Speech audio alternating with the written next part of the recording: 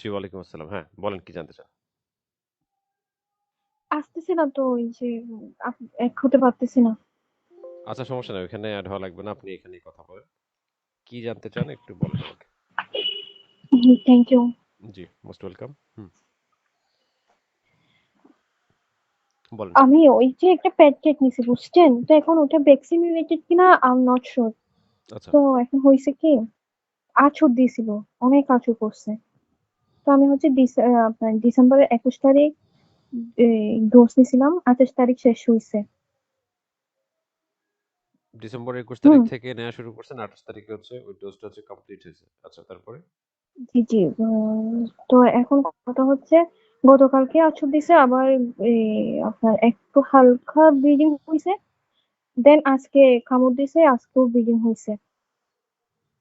তো এখন আমি জানতে চাচ্ছি এখন কি ভ্যাকসিন কি আবার নতুন করে নিতে হবে না কোনো সাইড এফেক্ট হবে এরকম? তো আপনি মাত্র হচ্ছে ভ্যাকসিন দিলেন হচ্ছে কিছুদিন আগে, তাই না?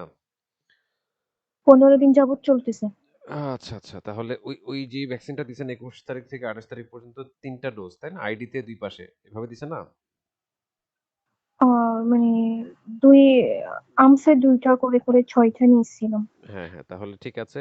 এভাবে যদি টিকা দেয়া হয় তাহলে এটাকে পূর্ণ মাত্রা হিসাবে কনসিডার করা হয়। কেমন? পূর্ণ মাত্রায় যদি আপনি একবার টিকা দেন, তাহলে পরবর্তী ৩ মাস আপনি সেফ জোনে থাকবেন। এখানে আপনাকে যতই কামড়-আঁচড় দেক, যদি সেটা খুব বেশি বড় না হয় বা খুব মানে দেখা যায় জখমটা খুব মানে রিমার্কেবল না হয়, সেক্ষেত্রে সমস্যা নেই। এতে করে র‍্যাবিস হওয়ার চান্স থাকে না। হ্যাঁ, আপনি কি চান আমি আপনাকে রেফারেন্সটা দেখাই? আমি আপনাকে স্ক্রিনশট হুম দিয়ে হুম। দিচ্ছি। ওইখানে আপনি যুক্ত হলে সরাসরি আমি দেখাতে পারতাম। বাট যেহেতু যুক্ত হতে পারেননি, তাই এখন আমি আপনাকে ফোনে স্ক্রিনশট পাঠাবো। তো সেটা থেকে আপনি একটু দেখে নিতে হবে। তো এটা আমার কাছে ছবি আছে আর কি, মানে আমি যদি আপনাকে ছবিটা দিতে পারি।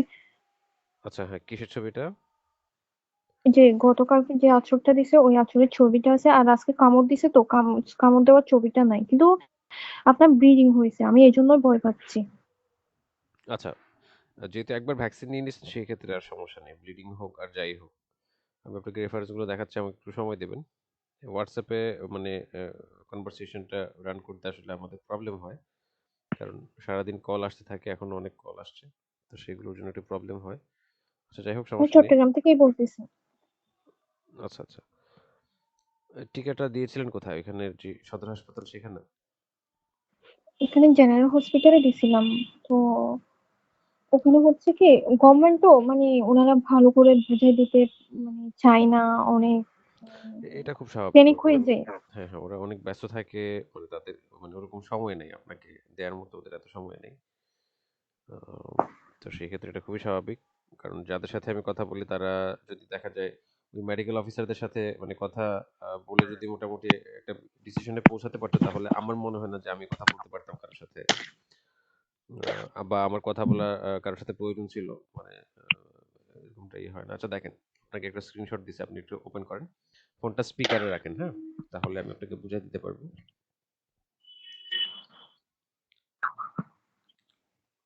দেখা যায়? আমার কি দিছে? হ্যাঁ, যেটা বক্স করা আছে ওটা। হ্যাঁ, হ্যাঁ, যেটা আমি মার্ক করে দিয়েছি সেটা আপনি দেখেন। হ্যালো। হ্যাঁ, সেটাই। যেটা আমি মার্ক করে দিয়েছি সেই অংশটা পড়লেই হবে। এখানে দেখেন আমি একটু বুঝিয়ে দিই এটা কোন জায়গা থেকে আমি দেখালাম। National guideline for animal byte management in Bangladesh ২০২১ এর আ এটা মানে স্বাস্থ্য হ্যালো। মন্ত্রণালয় কর্তৃক একটা পাবলিকেশন। আ সেখান থেকে এটা প্রকাশ করা হয়েছে। তো এখানে স্পষ্ট বলা আছে কিন্তু দেখেন ওই যে একটা লাইন আছে, "if A rabid dog bites a previously immunized hello. person" আপনি কি আমাকে শুনতে পাচ্ছেন?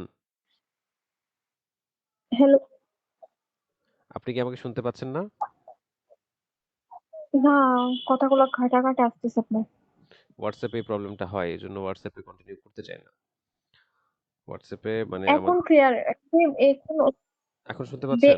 বক্স করে কোন ওই টেক্সটটা দেখতাম যেটা বক্স করে দিছেন।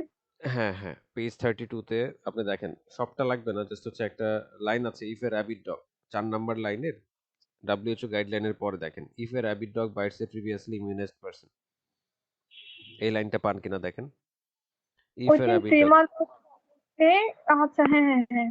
If a Yes. rabid dog bites a previously immunized person within 3 months of G. completing an entire course of PEP. PEP মানে হচ্ছে কামড় পরবর্তী টিকা, মানে পোস্ট এক্সপোজার প্রোফাইল্যাক্সিস। আর পিআরইপি হচ্ছে কামড় পূর্ববর্তী টিকা, মানে পিআরইপি প্রি এক্সপোজার প্রোফাইল্যাক্সিস। তো এটা তো অবশ্যই কামড় পরবর্তী টিকা বা আচর পরবর্তী টিকা আপনি নিছেন। পিইপি আপনি একবার নিছেন পূর্ণ মাত্রায়, তাই না? তো সেটা নিলে হুম। এখানে লিখাই আছে no new course of PEP is required.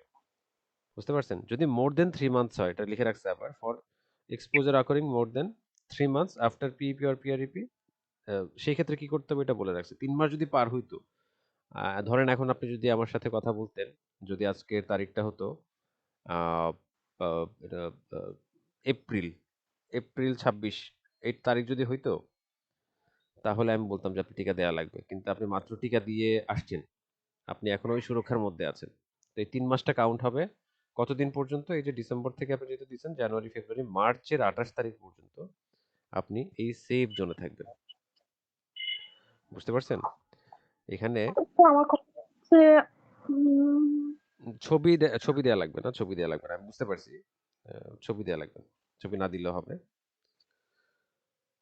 তো আমার কথা হচ্ছে এখন হচ্ছে কি অ্যান্টিভেনম মানে যদি আমার এসকেসটা যদি ওই ভ্যাকসিনের চেয়েও যদি বেশি মানে ডেঞ্জারাস হয়ে যায় তখন এটা কিভাবে খাবার দিবে? এটা হওয়ার তো চান্সই নাই। কারণ অলরেডি মানে ভ্যাকসিনের কাজটা মানে কেমন? ধরেন আপনি এই যে ভ্যাকসিন দিয়ে আসছেন, আপনার বডির মধ্যে র‍্যাবিস যে অ্যান্টিবডি মানে বুঝেন কিনা?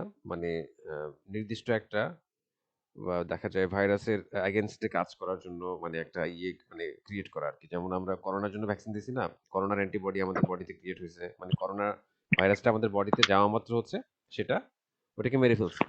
তো র‍্যাবিসের ব্যাপারটা এরকম। আপনি কি শুনতেছেন? জি, জি শুনতেছি। র‍্যাবিসের ব্যাপারটাও এরকম। মানে এই যে আপনি টিকা দিয়ে আসছেন, এখন হচ্ছে এটা একটা মানে আ আ র‍্যাবিস যদি আপনার বডিতে এখন ঢুকে, বাই এনি চান্স, যেভাবেই ঢুকুক, জি। সেই ক্ষেত্রে আপনি হুম। এই যে টিকা দেওয়ার কারণে সেটা হচ্ছে র‍্যাবিস ভাইরাসটাকে ডিটেক্ট করতে পারবে বা আইডেন্টিফাই করতে পারবে, চিনতে পারবে। চিনে জানো হচ্ছে এটাকে মেরে ফেলতে পারবে। এই ক্ষমতাটা এটা থাকবে হচ্ছে ৩ মাস। বুঝতে পারছেন? আচ্ছা আরেকটা বিষয় হচ্ছে উম মনে করেন ওই ক্ষেতটা ভ্যাকসিন রিলেটেড বাট আমি সিওর হওয়ার জন্যই আমি নিজেই ভ্যাকসিন নিছি। তাহলে মানে ইন ফিউচারে তো কোনো সাইড এফেক্ট হবে না। না, ভ্যাকসিনের মানে সাইড এফেক্ট খুবই মানে ওর হয়। ১ম হয়তোবা ইয়েতে হয় আপনার ওই যে আ আ জ্বর আসতে পারে বা হচ্ছে ইনজেকশন সাইটে ব্যথা করবে। অনেকের আবার অ্যালার্জিক একটু সমস্যা দেখা দেয়। এটা সবার ক্ষেত্রে না। এগুলা ছাড়া তেমন কোনো মানে রিঅ্যাকশন আ এর কথা পাওয়া যায় না মেজর আরকি। করে ফেলছে।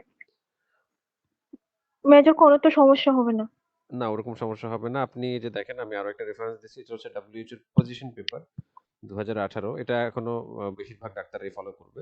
এরপরে এরকম পজিশন এখনো তৈরি হয়নি। তো এটার পেজ ২১৪ তে এখানেও বলা আছে, দেখেন, যদি এটা লেস দ্যান 3 মান্থস হয়, হ্যাঁ? সেই ক্ষেত্রে কিন্তু আ মানে টিকা নেয়া লাগে না। যদি এটা মানে মোর দ্যান 3 মান্থস হয় সেই ক্ষেত্রে আবার নিতে হবে। বুঝতে পারছেন? আজকে আপনার এই ঘটনাটা যদি এপ্রিলের ঘটনা হইতো, তাহলে আমি বলতাম যে এখন আপনি আবার টিকা নিতে হবে। বুঝতে পারছেন? Yes. সেই ক্ষেত্রে আপনার কোনো সমস্যা নাই। আপনি আ মানে একদম নিশ্চিন্তে থাকেন। আর এখানে আমি রাবিসের ক্যাটেগরি গুলোও দেখায় দিই। কোন ক্যাটেগরির ক্ষেত্রে আপনি ভ্যাকসিন নেয়া লাগতে পারে। মানে যখন আপনি তো বলতেছেন যে আপনি যখন ভ্যাকসিন নিছেন তখন রক্ত বের হয় নাই, তাই না? না তখন আপনার ব্লিডিং হয় নাই। এই যে গতকালকে এবং আজকে হইছে। আচ্ছা, এতে করে কোনো সমস্যা নেই। আচ্ছা দেখেন, এখানে আরো একটা রেফারেন্স আমি দিচ্ছি। আচ্ছা এটা ওই হ্যাঁ। মিনিমাম কয়টা ডোজ দিতে হইছে? আমরা তো ৩ দিনে ২ টা করে মানে ৬ টা দিছি। ৬ টা ডোজ। অনেকে তো বলতেছে ৫ টা ডোজ। না, না, ৫ টা ডোজ হচ্ছে মাংসের। আর ওটা আইএম। আর আপনাকে তো দেয়া হইছে আইডি। আইডির ডোজ হচ্ছে এরকম আ আপনার ৩ টাই। ২ পাশে করে দিবে। আপনি যদি চান সেটার রেফারেন্স আমি দেখাতে পারি। আচ্ছা এখানে যে বিষয়টা আমি আপনাকে দেখাতে চাচ্ছি, আপনি কি দেখতে পাচ্ছেন? সর্বশেষ যেটা আমি আপনাকে সেন্ড করছি। হুম। তো এখানে দেখেন ক্যাটেগরি ভাগ করা আছে। ক্যাটেগরি 1 এ হচ্ছে যদি কোনো কারণে প্রাণীটা আপনাকে টাচ করে, তো সেক্ষেত্রে টিকা নেয়া লাগবে না। কিন্তু যে ক্ষেত্রে হচ্ছে অ্যাব্রেশন হয়, মানে ওই যে ঘষা দাগ পড়ে না? সেই ক্ষেত্রেও WHO বলছে যে টিকা নেয়ার জন্য। আর ক্যাটেগরি 3 তে এটা বলে রাখছে ব্লিডিং হইলেও টিকা নেয়ার জন্য। তো আপনি তো টিকা নিয়েই নিছেন। জি। তো তো সেই ক্ষেত্রে আপনার সুরক্ষাটা হচ্ছে 3 মাস। ওই উপরের যে 2টা রেফারেন্স আছে সেটা অনুযায়ী আপনার সুরক্ষা হচ্ছে 3 মাস। আপনি লিখে রাখতে পারেন চাইলে যে মার্চের 28 তারিখ পর্যন্ত। এরপরে এরকম ঘটনা যদি ঘটে তাহলে আপনি আবার ভ্যাকসিন নিতে হবে। বুঝতে পারছেন? আর ওইটা যে অথেন্টিক মানে ওই যে চামড়ার ডোজের ব্যাপারটা ওটা আমি আপনাকে একটু দেখাই দিই। কারণ এটা নিয়ে অনেকের ফোবিয়া হয়, অনেকে অনেক টেনশনে থাকে এই বিষয়গুলো নিয়ে। তো এইজন্য আমি রেফারেন্স বেসড হচ্ছে আলোচনা করি। যেন আপনাদের টেনশন না থাকে বা আপনারা যেন এটা নিয়ে বেশি চিন্তা না করেন। এই হচ্ছে আমার প্রচেষ্টা আরকি। তো এই আইডি ডোজগুলা দেখা যায় এটা ২০১৮ সাল থেকে কমাই দিছে আরকি। মানে আগে মাংসে দিলে তো অনেক বেশি লাগে। এখনো মাংসে দিলে এখন অনেক বেশি লাগবে। ৪ টা বা হচ্ছে ৫ টা দিতে হয়। কিন্তু ওই যে আইডিতে টিকার পরিমাণটাও কম লাগে। দেন আবার কার্যকর। ওই যে আপনি দেখেন আরো একটা ইয়ে দিছি। দেখতে পাচ্ছেন?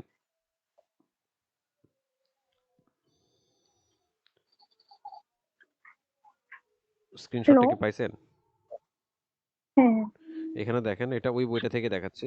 ওই যে national guidelines for animal byte management in Bangladesh 2021। তো এখানে দেখেন এই যে আইডির ব্যাপারটা লিখছে। আইডি মানে হচ্ছে ইন্টারডার্মাল মানে চামড়ার মধ্যে আপনি যেটা দিয়ে আসছেন। কি লিখছে এখানে দেখেন তো? ডি D0, D3, D7 এরকম লিখছে না? 14, 28 টা দেখার দরকার নাই। কারণ প্র্যাকটিসটা বেশি আমাদের হয়।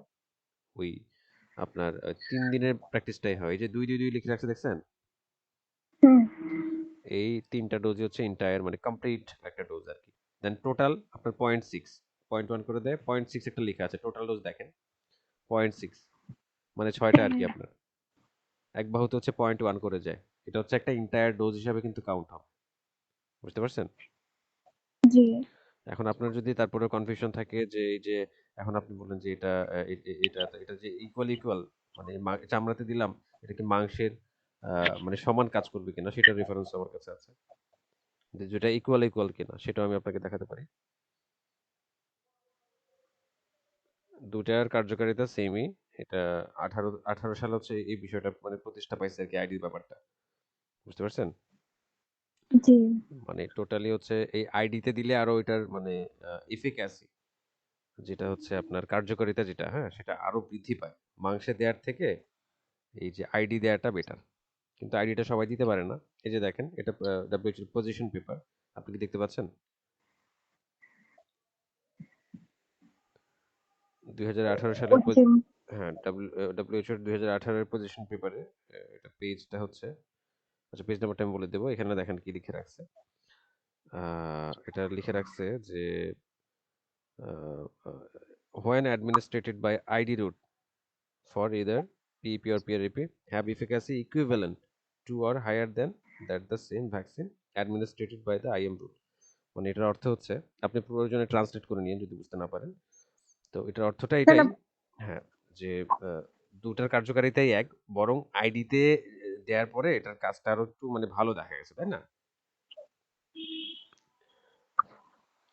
মানে সমান মানে এমন না যে আইডিতে দিছে আপনাকে মাত্রা কম দিছে অনেকে কিন্তু এই প্রশ্নটা করে যে আইডিতে তো ভাই টিকা কম দিছে তো এখন তো আমার তো কাজ কম করবে যেমন ভয়টা মানে আপনি আপনার ভিতরে ছিল একটু আগে প্রশ্নটা করছেন না আমাকে যে আমাকে তো জি, জি। 3টা দিছে তো এই যে এই প্রশ্নের উত্তরটা আমি আশা করি এটার মাধ্যমে দিয়ে দিতে পারছি আর এই পজিশন পেপারটা সম্পর্কে আপনাকে একটু বলি কারণ এগুলোর পিছনে কিন্তু অনেক গবেষণা মানে পিয়ার রিভিউ জার্নাল কি বুঝেন অনেকগুলা গবেষক মানে দেখা যায় একটা গবেষণা করে দেন সেটা আবার দেখা যায় পাস করার জন্য এরকম পিয়ার রিভিউ আকারে হচ্ছে মানে যারা এটা ভেরিফাই করে ওদেরকে পাঠায় তো তারাও আবার এই সেম পরীক্ষাটাই করে যে এই যে এই টিকাটার কার্যকারিতাটা 100 জন মানুষের উপর পরীক্ষা করে মানে একজন গবেষক বা হচ্ছে একজন বিজ্ঞানী আপনার এটা ওই পিয়ার রিভিউ মানে ইয়ের জন্য পাসের জন্য পাঠাইলো তারা আবার চেক করে এভাবে যে এই লোক তো এভাবে পরীক্ষা করছে 100 জনের উপরে এভাবে চামড়ার মধ্যে দিয়ে আইডি দিয়ে দেখি তো এটা কাজ করে কিনা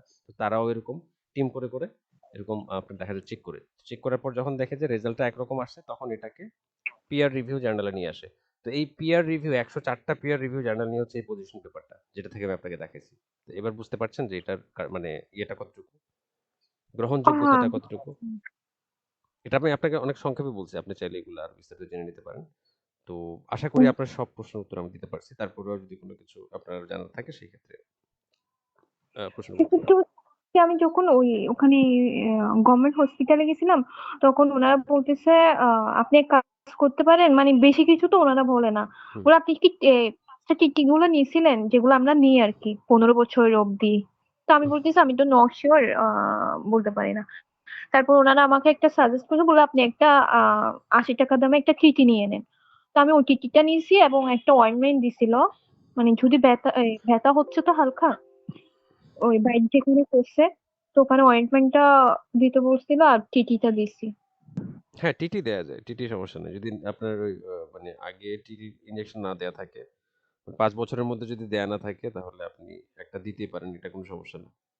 আর টিটি দেয়া হয় এটার সাথে অসুবিধা নেই। এতে করে কিছু আসে যায় না। কোনো সমস্যা নেই। ঠিক আছে? আচ্ছা জি, আপনার জি। কি আর কোনো অয়েনমেন্ট প্রশ্ন আছে?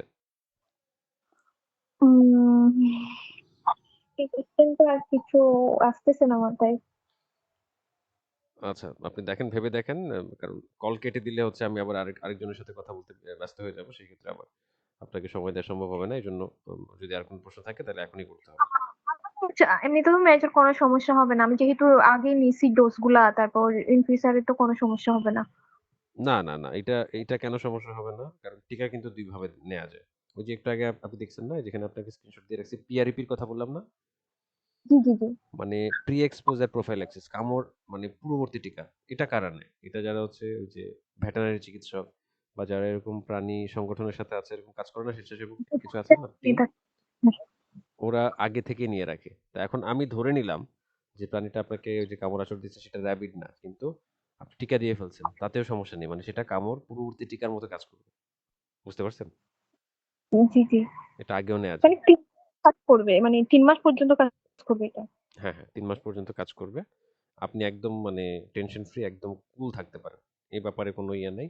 ইভেন আপনি যদি আমার এই তথ্যগুলা ভেরিফাই করতে চান, সেক্ষেত্রে আপনি কোনো এমবিবিএস বা হচ্ছে কোনো মেডিকেল অফিসারের সাথে এগুলো নিয়ে আলোচনা করতে পারেন। আর আপনি যদি যেখান থেকে টিকা দিচ্ছেন, আপনি যদি ইভেন সেখানেও যান, সেখানেও কিন্তু আপনাকে একই কথা বলবে যে ৩ মাস আগে মানে মার্চের ২৮ এর আগে আপনার আর টিকা প্রয়োজন হবে না। আপনি যতই কামড়-আঁচড় খান। ঠিক আছে? আচ্ছা। মানে ব্লিডিং হলেও কোনো সমস্যা হবে না। না, ব্লিডিং হলেও কোনো সমস্যা হবে না। কারণ এটা অলরেডি আর আপনি অলরেডি ইমিউনাইজড আপনার মানে বডিতে অ্যান্টিবডিটা একদম অ্যাক্টিভ লেভেলে থাকবে ৩ মাস। এর মধ্যে আপনাকে যতই কামড়াচড় দেক র‍্যাবিস মানে ভাইরাসটা আপনার বডিতে ঢুকলেও ওইটা আইডেন্টিফাই করে ফেলবে। আর হচ্ছে ওটাকে মেরে ফেলবে। এই শক্তিটা এটার ৩ মাস থাকে। ব্লিডিং হইলেও কোনো সমস্যা নেই। ঠিক আছে? ঠিক আছে। অবশ্যই ভেরিফাই আর করবেন, অবশ্যই যাচাই করবেন। কারণ আমি চাই না কেউ আমাকে মানে অন্ধের মতো বিশ্বাস করুক। আমাকে বিশ্বাস করার কিছু নেই। কারণ আমি হচ্ছে তথ্য প্রমাণ নিয়ে কাজ করি। অনেক এমবিবিএস চিকিৎসকের সাথে আমি কথা বলছি। ওরাও দেখা যায় এইগুলা মানে ওদের তো রিসার্চ করার সময় নাই। বা এগুলো নিয়ে ভাবার বা হচ্ছে এত ইয়ে করার সময় নেই। তাদের জাস্ট হচ্ছে একটা ব্যাপার। অনেক রোগ ইয়ে নিয়ে থাকে। তো সেই ক্ষেত্রে আ ক্লিয়ার হয়ে যাওয়া ভালো আরকি। আপনার আর কোনো প্রশ্ন নেই তো? না স্যার। ঠিক আছে। আশা করি আপনার প্রত্যেকটা প্রশ্নের উত্তর আমি মানে প্রমাণ সহ দিতে পেরেছি আর আপনাকে বুঝাতে আমি সক্ষম হয়েছি। তাহলে আজকে আপনাকে জি, বিদায় জানাই। অ্যাকসেপ্ট। আল্লাহ হাফেজ। জি, ভালো থাকবেন। ওকে।